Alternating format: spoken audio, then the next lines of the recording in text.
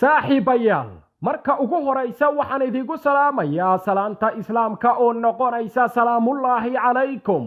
waraxmatullaahi tacaala wabarakaatu kuna soo dhowaada barnaamijkeennii ciyaaraha oo aan ku qaadaa dhigi doonno qodobo xul iyo xaraga ah waxaana ka qayb noqon doona siduu ku soo dhammaaday habeenkii xaragada lahaa ee Hurricane uu ku qaatay Goodison Park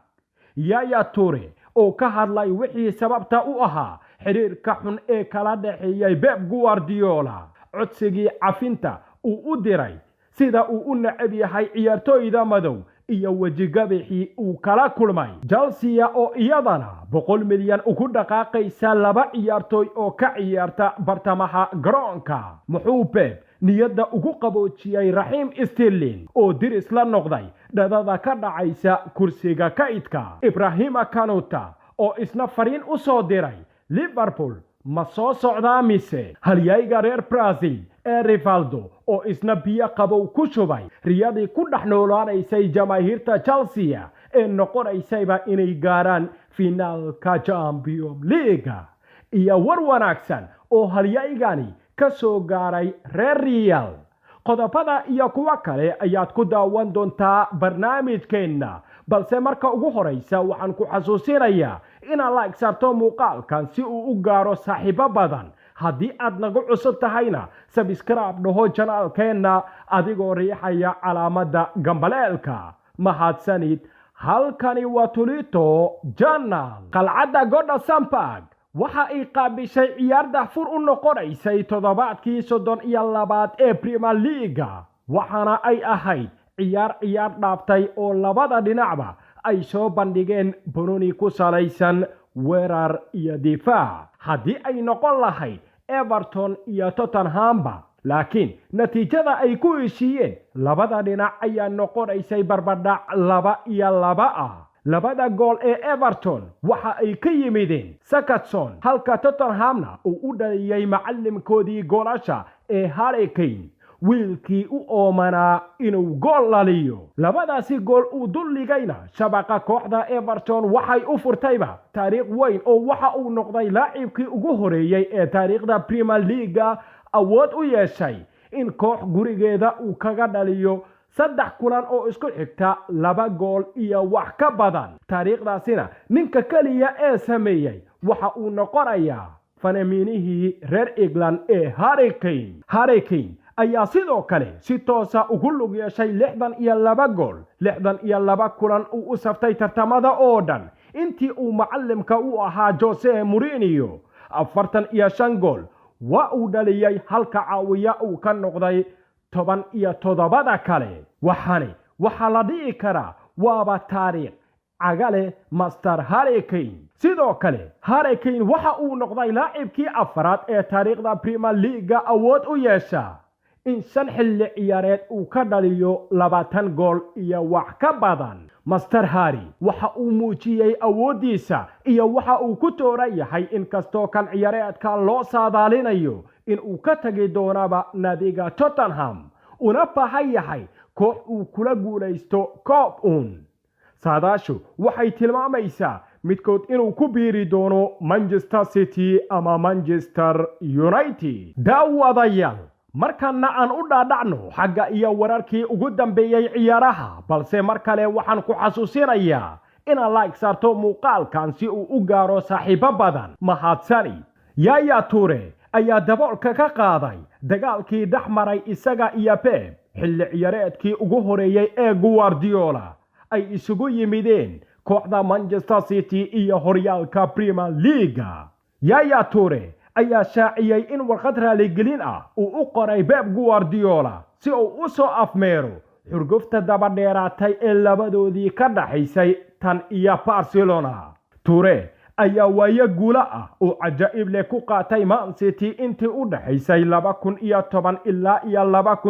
2018 laakiin ugu dambeyn si aan wanaagsanayn ayuu isaga tagay Manchester City kadib markii Guardiola uu u dhaadhiciyay kursiga kaydka Yaya Toure ayaana qirtay inuu sameeyay qalad weyn xilli uu waraysi siinayay wargeyska France Football waxaana uu ku dhaliilay macallimkani reer Spain ayaa yidhi waraysiga wuxuu ahaa qalad weyn oo aan sameeyay marka aad daacadda ka hadasho codkaagana uu ku salaysan yahay qof kale adiga ayaa laga soo horjeesanaya waxaan ogaaday in shaqaaluhu aanay ku faraxsanayn hadalkayga waxaan u diray warqad si aan isugu dayo inaan xiriir la sameeyo dadka muhiimka ah ee halkaasi joogay ana u raali geliyo una sheego inaan ceebeeyay kooxda laakiin wax jawaaba kama helin waxaan doonayay nabad maanan doonayn inay dhacdo tan dhacaysay mar waliba jacaylka taageerayaasha jacaylka kooxda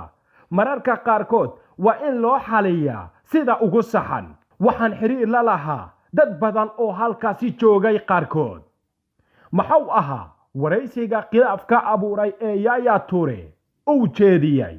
Toure ayaa waraysi bixiyay sanadka markuu ahaa 2018 waxaana uu ku eedeeyay Pep Guardiola in marnaba uusan jeclayn ciyaartooyda madow waxaana uu ku yiri waraysigaasi Pep Guardiola wuxuu ku adkaysanayaa inuu wax dhibaato ah ku qabin ciyaartooyda madow sababtoo ah wuu aqli badan yahay waxaana uu doonayaa si aanan loo qaban laakiin waxaad xaqiiqsanaysaa inuu dhibaato ku qabo ciyaartooyda Afrikaanka ah isaga weli ma qiranayo maalinta uu soo xusho koox 5 ciyaartooy ah oo ay ku jiraan Afrikaan waxaan ballan qaadayaa inaan u diri doono keeg ama doorsho sidaasi waxa ku yiri waraysigiisa Yaya Toure waana halka ay mar kale ka kacday colaadda isaga iyo Pep Guardiola taasi oo ugu dambeyntiina si toosa looga macsalaameeyay kooxdii uu ka ahaa halyayga weyn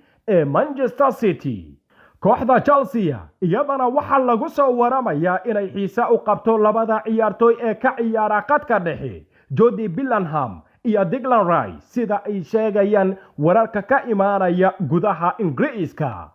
xidiga da'ada yar ee lagu magacaabo Jude Bellingham oo haatan 17 jir ah ayaa wacdara ka dhigaya Borussia Dortmund xilli ciyaareedkan waxaana uu soo jiitay indhaha macallimu Thomas Tuchel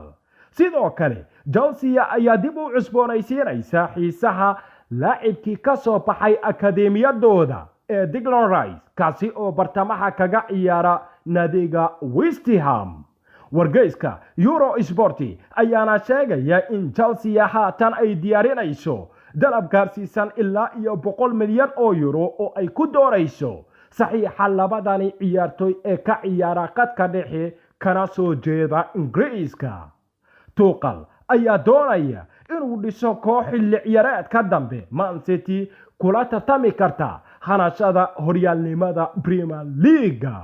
tababaraha Manchester City ee Pep Guardiola ayaa aaminsan in labada ciyaartooy ee Phil Foden iyo Raheem Sterling ay awoodi karaan in si wada jir ah ay uga soo muuqdaan shaxda Manchester City macallimu Pep ayaa kulankii Champions League ee Dortmund waxa uu ku tiirsanayn Raheem Sterling waxaana uu fadhiyay kursiga kaydka halka shaxda uu ku soo bilowday Phil Foden mar la weydiiyayna in Foden iyo Raheem Sterling si wada jir ah kooxda ay ugu ciyaari karaan Pep ayaa ku jawaabay haddii xalka kooxda iyo doorashooyinka aan sameeyno aad eegto jawaabta waa ay caddahay run ahaantii wada jir ayay shaxda kooxda ugu soo bilaaban karaan horeyna waan u samayn jiray waxaana uu intaasi sii raaciyay macallimka reer Spain Foden 5 boos ayuu ka ciyaari karaa Raheemna 3 boos run ahaantii waa lagu tiirsanaan karaa labadoodaba warkaasi ayaa noqonaya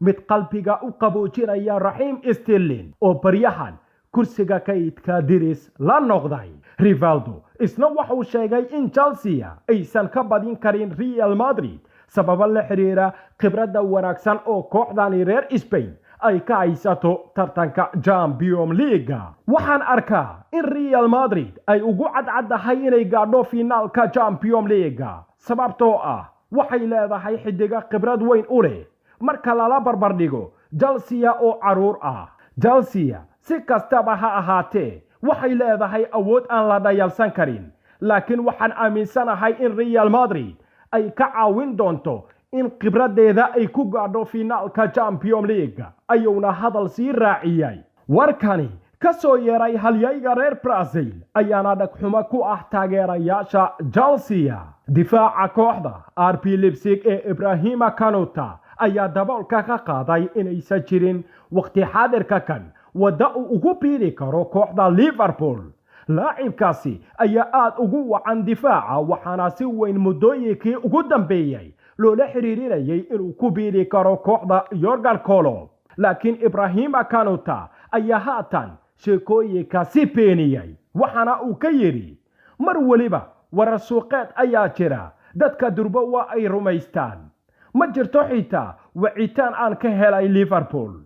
Kooxdayda weli howlo badan ayaa iga hersan ayuuna sii raaciyay difaacani reer Faransa. Ibrahima ayaa heshiiska uu kula jiro kooxda RB Leipzig waxa uu dhacayaa 2023 waana macquul in heshiis kale ay gacanta u geliso. Sidoo kale waa ay dhici kartaa in Liverpool ay gacanta ku soo dhigto laakiin waxa uu qiray in wax xiriir ah aysan la samaynin maamulka kooxda ka dhisan gobolka Merseyside.